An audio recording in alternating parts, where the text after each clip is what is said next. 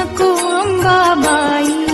आम्ही चुकलो तरी तरी खाली, तरी तरी खाली, तू चुक नको अंबाबाई. आम्ही चुकलो तरी तरी खाली, तरी तरी खाली, तू चुक नको अंबाबाई.